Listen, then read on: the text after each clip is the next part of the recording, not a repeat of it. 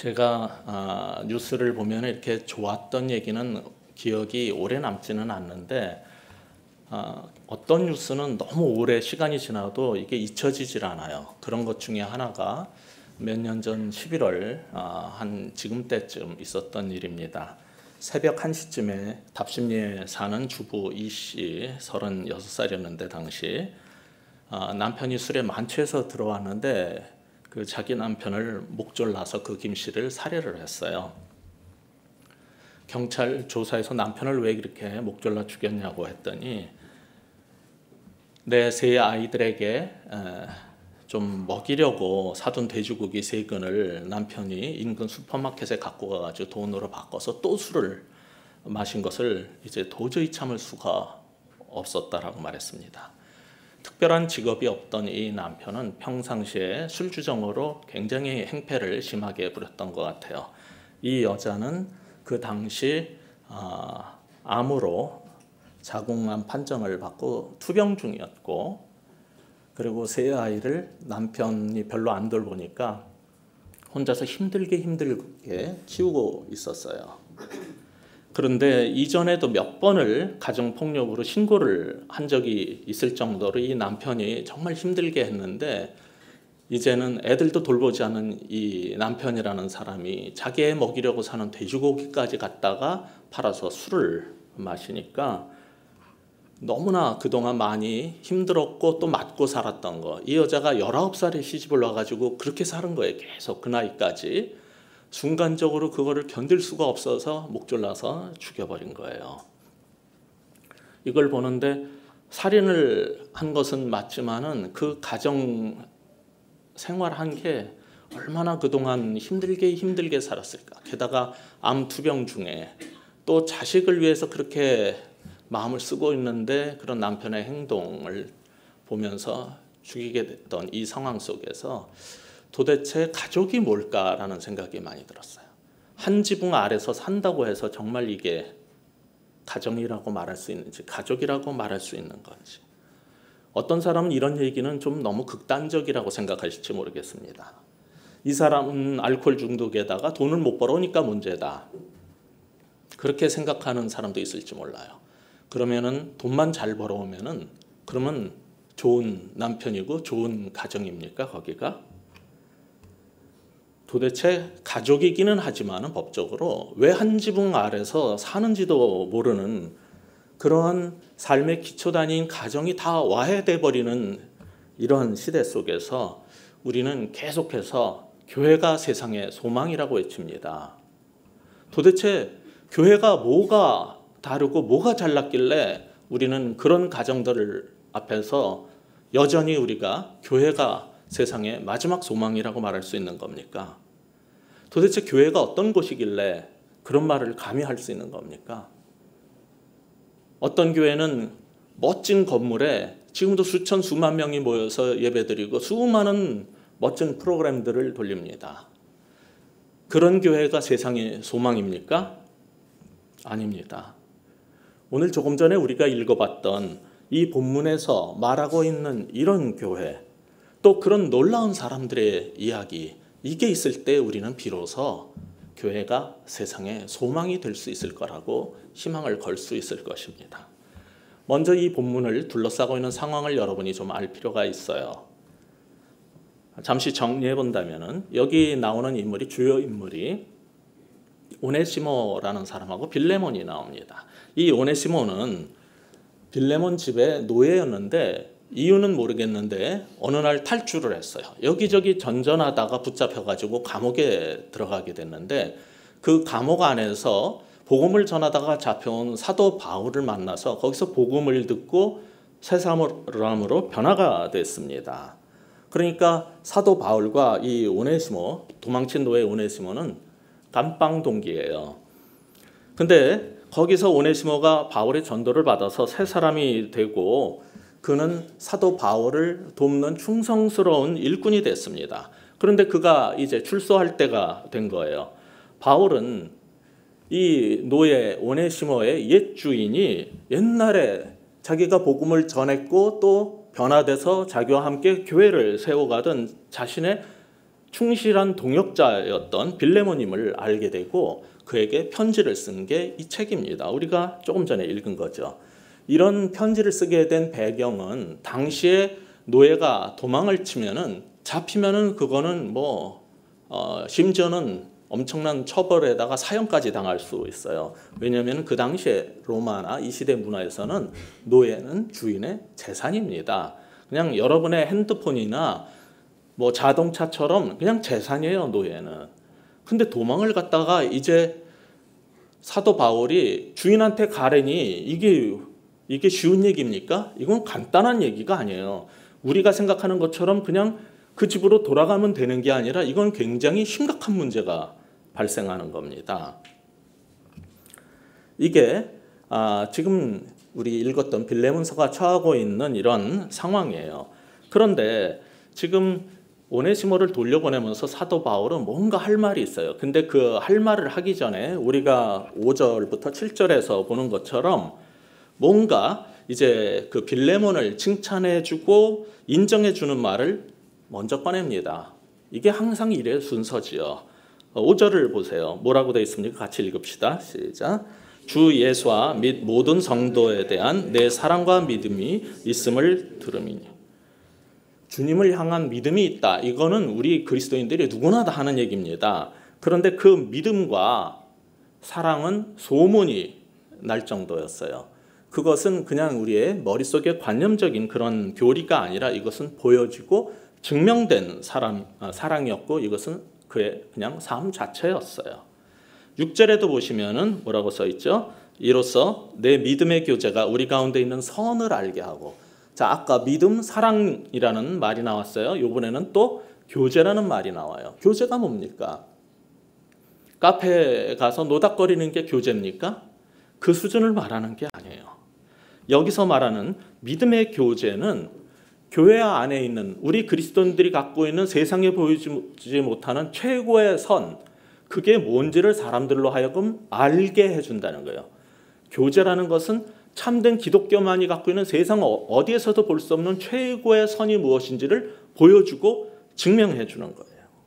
그런 게 성경이 말하는 믿음이고 사랑이고 교제입니다. 이것은 공동체 안에서 교회 안에서의 나타난 삶의 모습이지 어떤 관념적 교리가 아니에요. 공부를 해서 할 수 있는 것이 아닙니다. 7절도 우리 같이 보시면은 뭐라고 되어 있나요? 같이 읽읍시다. 형제여 성도들의 마음이 너로 말미암아 평안함을 얻었으니 내가 너의 사랑으로 많은 기쁨과 위로를 받았노라. 한 공동체의 지도자였던 빌레몬의 이런 삶을 통해서 성도들은 소위 은혜를 받은 거예요. 은혜를 받았다는 건 뭐냐면은 그의 삶을 통해서 큰 위로가 되고 기쁨을 얻고 격려가 됐다는 거죠. 근데 그것은 그 교인들이 그런 걸 경험할 수 있었던 것은 여기 보면은 너로 말미암아라고 말을 해요. 너로 말미암아, 그대로 말미암아 교인들이 항상 은혜를 받고 평안을 얻고 기쁨을 누리고 있다. 여러분도 그런 삶을 살고 주변 사람들이 당신 때문에 내가 삶의 기쁨을 누리고 평안을 누리고 정말 나는 은혜가 됩니다라는 말을 듣습니까? 너를 보니 네가 믿는 예수 나는 그런 교회 다니고 싶지 않다. 너 때문에 짜증난다. 이런 말을 우리가 더 많이 듣습니까? 여기 보면은 지금 성경이 지금 빌레몬을 칭찬하는 게 있어요. 너로 인하여 사람들이 은혜를 받고 기쁨을 얻고 평안을 얻는다는 거예요.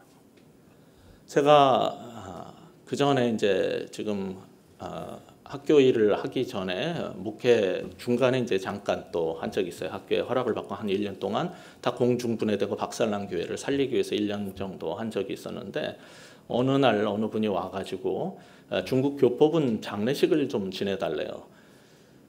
그런데 그분은 잠실에 있는 어느 교회를 다니고 있었는데 그 딸이 다니고 있었는데 어머니를 초청해 온 거예요. 여기가 이제 돈도 벌기 좋고. 그래서 초청해 왔는데 그 어머니가 병 걸려가지고 돌아가셨는데 교회가 장례식 부탁을 했더니 교인이 아니기 때문에 장례식을 해줄 수 없다고 그랬다는 거예요. 그래서 여기저기 알아보다가 딱 한 처지를 듣고 이제 제가 사역하던 교회에 요청이 왔어요. 그래서 장례식을 우리 교회에서 도와드렸어요. 그리고 났더니 고맙다고 그 교회를 다니던 딸이 저희 교회를 다른 중국 교포들을 데리고 이제 왔어요. 그런데 사는 걸 보니까 조금 이따 애를 낳는데 이 갓난애기 데리고서는 그 젊은 중국 교포 여자가 사는데 너무 어려워요. 이 애기 이렇게 캐리어도 변변치 않고 유모차도 변변치 않으니까 교인들이 안타까워가지고 유모차도 해주고 옷도 사다 주고 또 자기 애가 다 입지 못하는 그런 옷 있으면 새 거 같은 걸 많이 갖다 줬어요. 근데 그런 걸 보면서 그 자매가 너무 고마워하고 와, 수많은 사람들이 나한테 예수 믿으라고 전도를 했지만은 이 교회 사람들은 정말 예수 믿는 것 같아요. 이런 말을 하더라고요. 제가 그걸 보면서 정말 감사했고 와, 그리스도인들의 삶이라는 게 교회라는 게 이런 게 있어야지. 그런 걸 참 많이 느꼈어요. 어떤 사람들이 그 도움을 통해서 하나님을 잘 모르는 사람들이 너로 인하여 내가 평안을 누리고 기쁨을 누리고 하나님이 누구인지를 알게 됐다는 거예요. 사람들은 보이지 않는 하나님을 알 수 있는 다른 방법이 없어요. 죄로 인해서 부패된 사람이 영이신 하나님을 보고 느끼고 알고 성경을 읽어도 잘 와닿지도 않는 상태에서 무엇을 통해서 하나님을 알게 한다고 성경이 가르치냐면 너로 인하여 우리의 삶을 통해서 알 수 있다는 거예요. 반면에 어떤 사람은 참 이상한 게 이제 성가대 연습을 하는데 사람들이 여기 찬양팀도 그러겠지만 가끔 가다가 뭐 김밥도 먹고 출출하면 누가 군고구마도 사다가 주면 먹고 그럽니다. 커피도 뽑아주면은 이렇게 서로 나눠 먹으면서 연습을 하고 예배 준비를 하고 그래요. 근데 그 가운데 몇 년이 지나도 단 한 번도 커피 한 번 안 사준 사람이 있는 거예요. 안수 집사님 중에 한 분이. 이거를 성가대 사람들이 얘기를 하더라고. 그래서 우리들은 몇 년째 계속 서로 나눠 먹는데 저 사람은 단 한 번도, 그리고 그 집에 한 번도 교인들을 누구를 순원들을 데려온 적이 없다는 거예요. 결국은 그 사람은 나중에 문제를 일으켰어요. 참 이상한 게 자신의 삶을 열고 나누고 하는 사람들이 있는가 하면 교회 안에 자신을 꼭 닫아놓고 베푸는 거는 얻어먹을 수 있지만 절대로 안 주는 사람이 있는데 그 사람들은 시간이 지나면 그 신앙의 어떠함이 결국은 드러나요. 그게 좋은 방향으로 드러나는 것 같지는 않아요. 오늘 이 이야기를 통해서 우리는 무엇을 얻을 수 있습니까? 어떤 교훈을 받습니까? 교회는 실천되는 사랑으로 믿음을 보여주는 곳이라는 겁니다. 교회는 어떤 곳이 되어야 되냐면 참된 교회는 실천되는 사랑으로 우리의 믿음을 보여주어야 하는 곳입니다. 그런데 이 7절을 보시면은 사도는 지금은 한 교회의 목사요 동역자인 빌레몬에게 뭐라고 부릅니까? 빌레몬 목사님이라고 부르질 않아요. 형제여라고 시작을 합니다. 형제여. 사실 교회 안에서 집사, 장로, 목사보다 더 멋진 호칭이 뭐냐면 이 형제 자매입니다. 게다가 이제 도망쳤던 노예 오네시모를 옛 주인 빌레몬의 집으로 돌려보내면서 16절을 보세요. 그 노예를 뭐라고 칭합니까? 찾아보시면 거기에도 사랑받는 형제로 둘 자래요. 이후로는 종과 같이 아니하고 종에서 더 뛰어나 곧 사랑받는 형제로 둘 자라. 오네시모 이 사람은요 더 이상 도망친 노예가 아니라 그리스도 안에서 새로운 존재가 됐어요. 어떤 존재가 됐습니까? 형제. 우리의 형제가 됐다는 거예요. 우리는 다른 말로 하면 그럼 가족이라는 말이에요. 세상에서는 아직도 이 사람은 도망친 노예지만은 그리스도 안에서는 지금 형제가 됐다는 거예요. 빌레몬 그대도 지금은 목사일지 모르지만은 당신도 형제고 오네시모도 전에는 노예였지만은 지금은 형제라는 거예요. 그리스도 안에서 우리는 다 형제고 자매라는 거예요. 그게 우리 교회 이름 아니에요? Brothers and Sisters in Christ. 그리스도 안에서 형제고 자매라는. 그러니까 이 도망쳤던 네 재산이었던 노예가 아니라 이 친구를 이제는 형제로 삼으라는 거예요. 이게 뭐냐면은 신앙의 베이직으로 돌아가는 거예요. 이게. 그렇게 말할 수 있는 이유가 뭡니까? 10절에 사도는 이렇게 말합니다. 확인해 보세요. 갇힌 중에서 낳은 아들 오네시모를 위하여 내게 간구하노라. 이 오네시모가 어떤 존재라고 그래요? 사도 바울이 감옥에 수감되어 있을 때 낳은 내 아들이라는 거예요. 너도 내 아들이고 영적으로, 그런데 지금은 나의 형제고 오네시모도 영적으로 내가 낳은 아들이고 얘도 형제라는 거예요. 그러니까 빌레몬과 도망쳤던 노예 오네시모의 관계는 지금 그리스도 안에서 새로운 가족이 돼버린 거예요. 근데 이 상황을 바울이 재밌게 정리를 합니다. 15절을 보시면은 여러분 같이 한번 읽어봅시다. 시작. 아마 그가 잠시 떠나게 된 것은 너로 하여금 그를 영원히 두게 함이리니. 그 전에 노예를 잃어버렸어요. 재산 손실이 생겼어요. 이거 잃어버렸으니 어떻게 했나 했는데 지금 찾게 됐어요. 잃어버린 재산을 찾게 된 것을 뭐라고 말합니까? 이제는 영원히 잃지 않을 수 있는 내 가족으로 이 사람이 돌아오게 됐다는 거예요. 새로운 방식으로 이것을 이해를 하는 거예요. 잃었던 재산을 찾는 게 아니라 형제가 가족이 생겼다는 거예요. 그 하나님 안에서의 그리스도 안에서의 가족은 영원히 잃을 수 없는, 영원히 사라질 수 없는 가족으로 지금 주어졌다는 겁니다. 이것은 완전히 새로운 방식의 계산이에요. 어떻게 이런 식으로 세상 일을 계산하는 사람들이 있습니까? 이러한 세상에서 전혀 통하지 않는 계산으로 사는 데가 바로 교회예요. 그러므로 교회는 어떤 것입니까? 도망친 죄인을 용서하는 수준이 아니라 그냥 가족으로 받아들이는 것입니다. 이거는 우리가 말하는 그런 교회가 아니에요. 이 교회라는 것은 옛날에 내 쫄병이었고 노예였고 뭐하고 관계없이 갑자기 가족이 되어버리는 새로운 사회, 새로운 공동체가 된 겁니다. 게다가 그 이상이에요. 완전 상상 이상입니다. 17절을 보시면은 사도가 뭐라 그럽니까? 그러므로 내가 나를 동역자로 할진대 그를 영접하기를 내게 하듯 하고. 아니, 도망친 노예를 가족으로 삼으라는 것만 해도 기가 막힌데 뭘로 받아들이라고요? 지금 빌레몬 목사님한테는 사도 바울이 어떤 존재입니까? 자기의 영적 아비요, 목사 중에 목사입니다. 그런데 이 노예를 갖다가 지금 사도로 받아들이라는 거예요. 바울처럼 받아들이라는 거예요. 아니, 가족으로 형제자매로 받아들이라는 것도 기가 막힌데 지금 나를 대하듯이 대하랍니다. 이게 말이 됩니까? 아니, 종놈을 형제라고 부르는 것도 참 이게 불편한 일인데, 아니 이건 목사님으로 여기라니, 목사님처럼 대하라니, 이게 뭔 말입니까? 도대체 목사님 이거 왜 이러시는 겁니까? 이런 질문이 생길 수 있지 않겠어요? 그 이유가 뭡니까? 12절에서 말하고 있어요. 내게 그를 돌려보내노니 그는 뭐라고요? 네, 신복이라. 이런 점에서 이 개역성경이 좀 안타까운 면이 있어요. 이 신복이라고 번역을 해놓으면은 이게 좀 꼬붕으로 보여요. 그는 내 꼬붕이니까, 야, 내 그 넘버 2니까 네가 넘버 3, 네가 얘를 좀 그렇게 넘버 2로 받아, 뭐 이런, 내 신복이 이렇게 이해할 수 있을까봐 참 이렇게 말하면 안 되는데, 이게 스플랑크논이라는 단어인데 이것은 뭐냐면 내 심장이다라는 뜻이에요. 그는 내 심장이다. 그러니까 사실 한자로 하면 이게 맞는 말이거든요. 근데 요즘에 우리가 그렇게 안 써서 그런 거예요. 이 개역이 옛날 성경인데 이 한자어로 하면은 내 몸 안에 심장이다 이렇게 이해를 할 수가 있겠죠. 근데 요새 누가 그렇게 받아?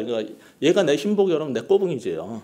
그 뜻이 아니라 오네시모 그를 나를 대하라. 왜? 이 오네시모는 내 심장이야. 오네시모를 내게 보내는 것은 현대인의 성경 같은 경우 뭐라고 번역했냐면 내 심장을 떼어 보내노라. 이렇게 놨어요. 내 심장을 떼어 보내는 거예요. 이거. 그러니까 날 대하듯이 하라는 거예요. 지금도 예수님 믿는 사람들이 예수님의 심장 그림 그려놓고 성심 학원, 뭐 가톨릭에서 그런 거 있잖아요. Sacred Heart. 어디에다가 예수님 심장 모셔놨으면 그거는 완전 성지순례 가야 될 정도 아니겠어요? 근데 바울이 오네시모를 내 심장이라는 거예요. 그러니까 나를 대하듯이 하라는 거예요. 이보다 더한 용서와 용납이 어디 있습니까? 그냥 용서해라가 아니에요. 그 수준은 세상도 합니다. 교회에서 하는 건요, 얘 용서해줘가 아닙니다. 그가 내 심장이야. 가족이야, 우리는. 이 말을 하는 거예요. 이게 가능합니까? 가능해요. 여러분이 잘 아시는 손양원 목사님이라고 계셨죠. 일제시대 때. 그분은 자기 아들을 죽인 사람을 양자 삼았어요. 네. 엄청난 사랑이에요. 이게 성경에서 말하는 그냥 용서 수준이 아니라 나처럼 대하라. 내 아들 보듯이 해라. 내 심장 보듯이 해라. 이게 성경이 말하는 사랑이에요. 그냥 단순한 용서 수준을 뛰어넘는 거죠. 근데 이것은 빌레몬 개인에게 보내는 편지이기도 하지만 1절, 2절을 여러분이 붙여서 읽어보시면 이것은 빌레몬뿐만 아니라 내 집에 있는 교회에 보내는, 우리 모두가 듣고 순종해야 될 하나님 말씀인 거예요. 따라서 오늘 이 본문이 우리에게 말해주는 건 뭐냐면 참된 교회는 용서와 가족됨이 나타나야 된다는 거죠. 이게 진짜 교회라는 거예요. 용서와 함께 가족됨까지 나타나야 된다. 이런 빌레몬이 섬기는 교회가 이렇게 용서와 용납의 가족 공동체가 된 데에는 사실 사도의 모본과 섬김이 있었기 때문에 가능한 거였어요. 바울은 빌레몬의 영적 지도자로서 스승 사도의 직권으로, 요즘 표현으로 말하자면 원로 목사의 자격으로 오네시모에 대해서 용서해라 빌레몬아라고 명령을 할 수 있었어요. 그런데 9절에 보면 바울은 자신을 뭐라고 표현하고 있어요? 도리어 사랑으로서 간구하노라. 나이가 많은 나 바울은. 보통 여러분 그 사회생활하면서 어떤 사람이 너 나이 몇이냐? 민증 까봐. 뭐 이런 식으로 나올 때 내 나이가 몇인데 할 때 무슨 말을 하고 싶은 거예요? 어린 놈이 말 좀 들어 이거 해가지고 이 자기 나이로 누르려고 하는 거 아니에요? 나이 물을 때. 근데 나이 많은 나 바울은 이렇게 얘기를 하는데 10절 후반부를 보시면 간구하노니 뭐 이렇게 나오지 명령하노라가 아니에요. 나이가 많다고 했으면 그 다음에 명하노라 이래야지 이게 정상인데, 내가 나이가 많지만은 나는 내게 권한다라고 나오는 거예요. 이게 이상한 거예요. 8절에 보는 것처럼 명령할 권한이 분명히 있다라고 밝히고 있어요.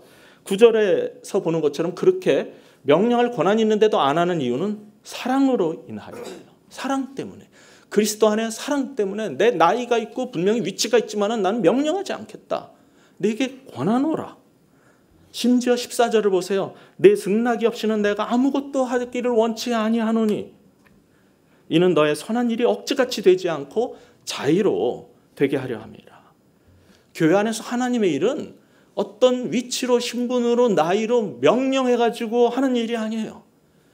교회 안에서는 권면하고 자발적으로 순종해서 기쁨으로 할 때 하나님 나라의 의미가 있는 거지, 누군가가 어떤 신분과 위치와 나이로 명령해서 했다고 해도 그것은 하나님께 전혀 영광이 되지 않아요.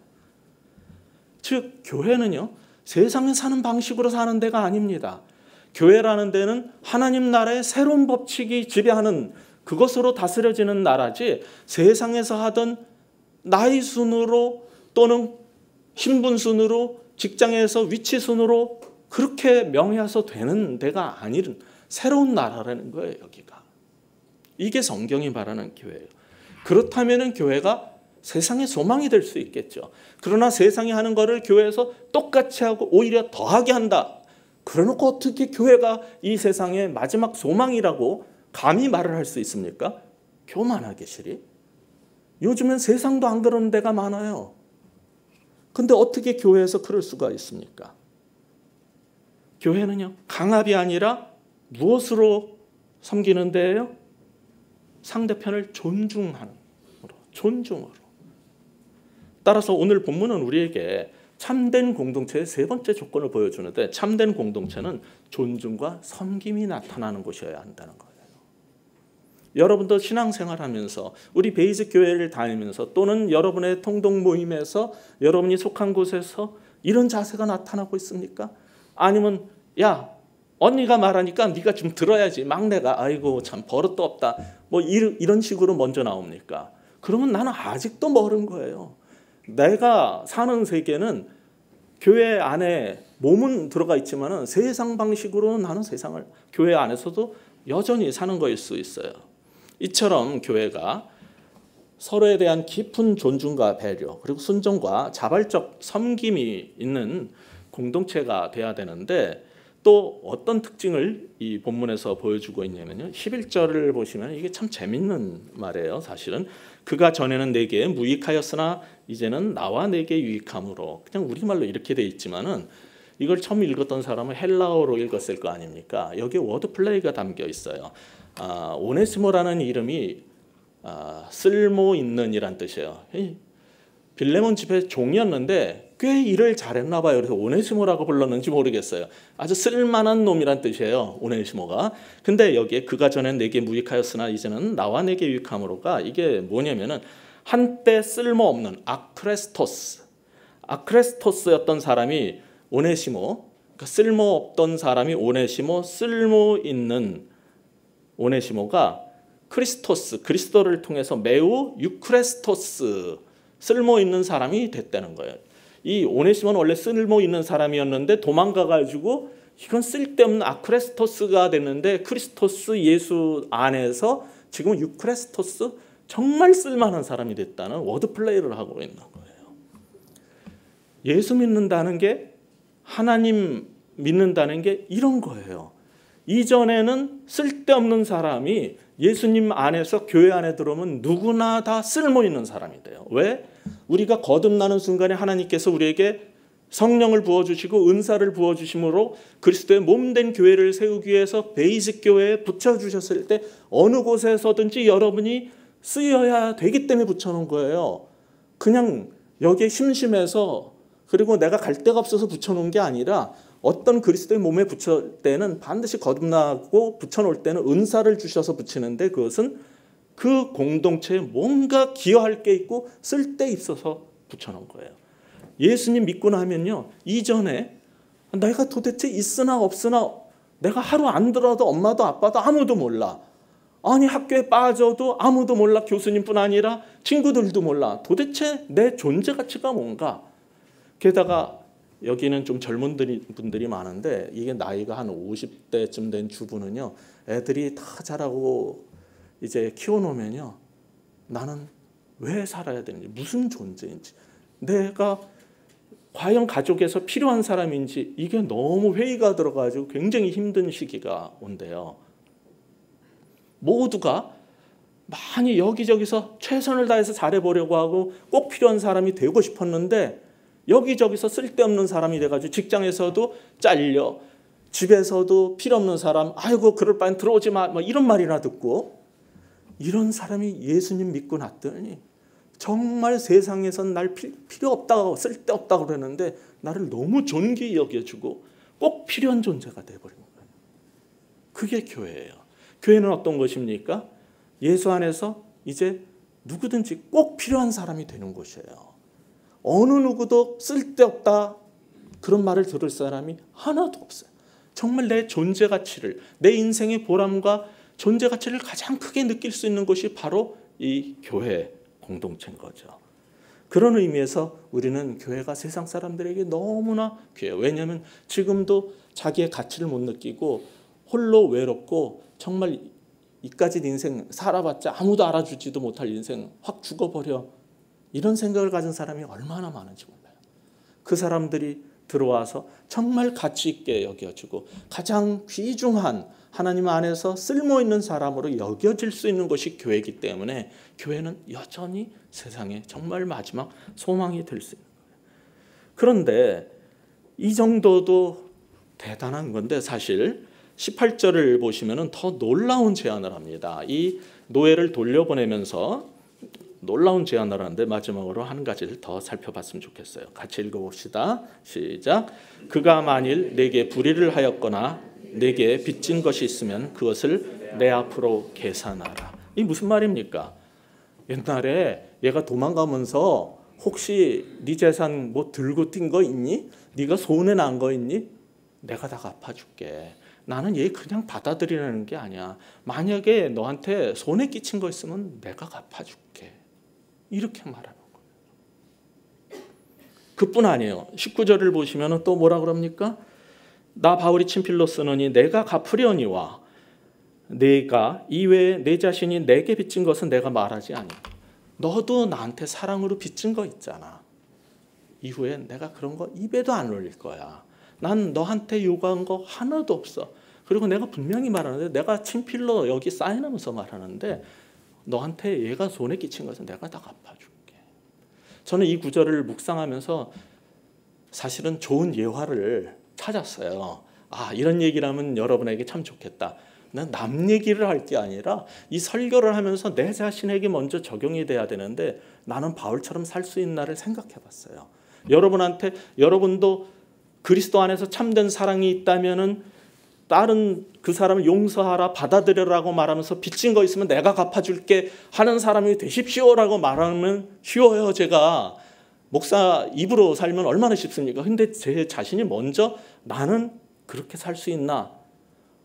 누가 빚을 졌는데 어디에 와가지고 목사님 저 빚진 게 있는데 저 형제 제 빚 좀 갚아주세요 하면 내가 진짜 갚아줄 수 있을까? 우리 권전 도사님 거를 생각해 보니까 간단한 문제가 아니더라고요. 여전히 저는요, 여태까지 살면서 충분히 받을 수 있는 권리와 이익, 그런 것들을 기꺼이 주를 위해서 포기를 하면서 살았다고 생각을 했어요. 계속 그래왔고 그렇게 살고 있다고 생각을 했는데, 제가 손해는 볼 수 있어요. 내가 마땅히 누릴 권리와 이익을 포기할 수는 있어요. 근데 남의 빚까지 내가 갚아줄 수 있는 사람이냐 생각했는데, 저는 여전히 힘들다는 것을 처음으로 알았어요. 여러분한테 설교하기 전에 제 자신이 너무너무 걸리는 거예요, 이게. 그래서 사실 딴 거 할까 생각을 했어요. 이번만 하지 말고. 그러면 영원히 못 살 것 같아. 그래서 저도 여러분한테 도전하지만 저도 그런 사람이 되고 싶은 거예요. 바울처럼 살고 싶고 바울 사도처럼 그런 삶을 사는 목사가 될 수 있기를 저도 여러분 기도할 때 같이 기도하고 싶어요. 근데 이게 진짜 교회인 거예요. 교회는 어떤 데냐면은 그리스도 안에서 사랑 때문에 서로 형제가 되고 자매가 되고 가족이기 때문에 그냥 용서해라 받아줘라가 아니라, 손해를 끼친 게 있으면은 내가 갚아줄게 할 수 있는 게 진짜 가족이죠. 그래서 교회는 정말 사랑으로 맺어진 가족이라고 말들은 다 하는데, 세상은 참된 교회, 참된 가족을 볼 수 없다고 말하는 거예요. 왜냐하면 이런 사랑은 보여주는 데가 드물거든요. 제가 사역하던 10몇 년 전에 사역하던 교회에서는 그런 일이 있었어요. 그때 그분의 간증을 통해서 많은 사람들이 회개하고 울고 우리도 그런 삶을 살게 해주십시오 했던 게 10몇 년 전이에요. 근데 저는 여전히 아직도 힘든 모습으로 남아있는 걸 보면서 이게 참 힘든 일이지만, 세상 사람 앞에서 정말 교회의 모습이 뭔가를 보여줘야 된다면 바로 그들이 보고 싶어하는 건 이런 모습이 아닐까. 이런 걸 뭐라 그러냐면은 공동체의 상호 책임성이라고 그래요. 가족은요, 그런 일을 하는 걸 내가 널 위해 희생했다 이렇게 말하잖아요. 엄마가 아빠가 자식을 사랑해서 양육을 했으면요, 내 인생을 너를 위해서 희생했어 이렇게 하지 않아요. 진짜 사랑해서 했으면은 뭔가 딴 생각이 있고 얄미우면은 너를 위해서 내 일생을 희생했다. 그건 뭐 화나서는 말할 수 있을지 모르겠지만 진심은 아닐 거예요. 진짜 사랑은 그런 거예요. 가족은 그런 거예요. 근데 교회에서 형제 자매라고 우리가 말은 쉽게 하지만은 정말 그렇게 희생할 수 있는 사람이 과연 얼마나 됩니까? 그렇게 살면 세상은 바보짓이라고 그래요. 너 왜 이렇게 손해보면서 예수 믿냐? 꼭 예수를 믿어도 그렇게 믿어야 되겠어? 근데요, 사랑은 그의 좋은 것만 갖는 게 아니라 그의 빚도 떠안는 게, 그의 부족함도 껴안는 게 사랑이에요. 그러니까 이 교회가 참된 그리스도 안에서의 가족이 되면은 마지막으로 어떤 현상이 나타나야 돼요? 참된 공동체에는 상호 책임성이 나타나야 되는 거예요. 그냥 희생을 하라는 얘기가 아니에요. 그를 가족으로 여겼으면 책임지고 같이 사는 그 모습이 상호 책임성이 나타나야 돼요. 그런데 이런 진짜 공동체적 특성이 이런 5가지가 나타나는 이 교회는 어떤 교회입니까? 2절에 보시면은 이렇게 돼 있어요. 1절 후반부에 빌레몬과 자매라고 되어 있지만 아내로 우리는 보통 그렇게 이해를 하고 있어요. 빌레몬과 그 아내 아비아와 함께 우리와 함께 동역자 일꾼된 아키포와 내 집에 있는 교회.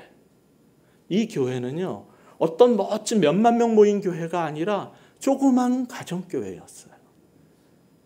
그 집에서 모였던 몇 명 안 되는 사람, 몇십 명, 많아야 30명 이내일 거예요. 한 집에서 모일 수 있는 숫자는 그거밖에 안 되니까. 그 집에 모였던 작은 교회, 오늘말로 말하자면은 가정교회 혹은 셀교회일 겁니다. 이러한 빌레몬 집에, 아키포 집에 모여있는 이런 교회들이 몇 개 모여서 이 사람들이 살고 있었던 지역 전체의 교회, 즉 골로새 교회가 만들어지는 거예요. 초기 교회는 이런 식으로 구성되어 있었어요. 작은 가정교회 몇 개와 그 교회들이 모여서 형성된 조금 더 큰 공동체, 골로새 교회, 즉 대규모 주일 집회와 또는 작은 주일 가정 공동체, 이 두 개가 함께 하던 모습이 초대교회의 모습인 거예요. 왜 이런 가정교회를 성경에서 계속 가르치고 오늘날 우리가 경험하는 몇천 명, 몇만 명이 모이는 교회는 이런 공동체성이 안 나타나냐면은 예배만 드리고 수천 명이 그냥 쫙 흩어져서 가는데 어떻게 형제됨, 가족됨을 경험을 하고 보여줄 수가 있습니까? 이게 안 되기 때문에 이것이 느껴질 수 있는 데는 작은 소그룹밖에 없는 거예요. 즉 가정교회 같은 작은 규모. 이런 데서만 진짜 공동체됨을 경험할 수 있는 거죠. 그래서 초대교회는 전부 가족으로 살았어요. 이렇게. 오늘날은 교회가 너무 커지면서 이런 가족 공동체 의식이 사라질 수밖에 없게 돼버린 거죠. 제가 교수 생활 들어가기 전에 사역하던 교회에 어떤 집사님들은 한국에서 일을 하다가 이제 미국에 가서 뭐 미주 지금은 이제 망했지만 대우자동차 뭐 부사장, 현대상선 뭐 지부장 뭐 이런 거 하시는 분들이 있는데 그분들이 이렇게 한국에 오시면은 주일날 교회 와서 같이 예배 드리면 좋은데 그 여기 와가지고서 출장 갔다가 급히 또 돌아가서 거기 월요일날 회의를 해야 되고 이러니까 교회를 못 나오고 그냥 토요일 밤 막 이럴 때 주일 아침에도 비행기 타고 돌아가고 그래요. 그런데도 나중에 만나보면은 누구누구를 계속 만나고 연락해서 잘 알고 있대 어떻게 지내는지. 아니 교회도 안 오시면서 어떻게 그럴 수가 있습니까? 섭섭하게 이러면요. 뭐라 그러냐면요. 목사님 죄송한데 저는 세상을 살면서 직장 생활하면서 정말 나밖에 모르고 내가 힘든 문제 있어도 누구하고 얘기할 수 없을 때 그들이 그 교회는 그것을 목장이라고 그랬어요. 그 소그룹을. 그 우리 목장원들이 나를 위해 기도해 줬고요. 내가 힘들 때 나를 만나줬고 내가 병원에 입원했을 때 나를 찾아와 준 사람들, 그 사람들이 내 가족이에요. 저는 아무리 바빠도 한국에 오면 꼭 그 사람을 만나고요. 시간이 없으면 공항에서라도 우리는 꼭 만나고 갑니다. 우린 가족이거든요. 이러는 거예요. 할 말이 없는 거예요. 주일 예배에 못 나와도 정말 내 가족이라고 여기는 그 형제 자매들이 있기 때문에 그들을 만나고 돌아가는 게 내 인생의 가장 큰 기쁨이고 내가 사는 모든 그 직장 생활에서 힘들고 어려울 때마다 떠오르고 기도 부탁할 수 있는 나의 유일한 기초 공동체를, 그 기초 공동체를 영어로 뭐라 그러냐면 베이직 커뮤니티라고 그래요. 저는 그런 일들을 겪으면서 또는 오랫동안 뭐를 강조했냐면 정말 이 시대의 교회 속에 누구나 가장 필요한 기초 공동체를 형성할 수 있는 교회가 만들어져야 되겠다는 꿈을 갖고 있었어요. 근데 놀랍게 누군가가 먼저 그 이름을 썼어요. 베이직 커뮤니티 교회. 그러니 제가 여기에 조인을 안 할 수가 없는 거예요.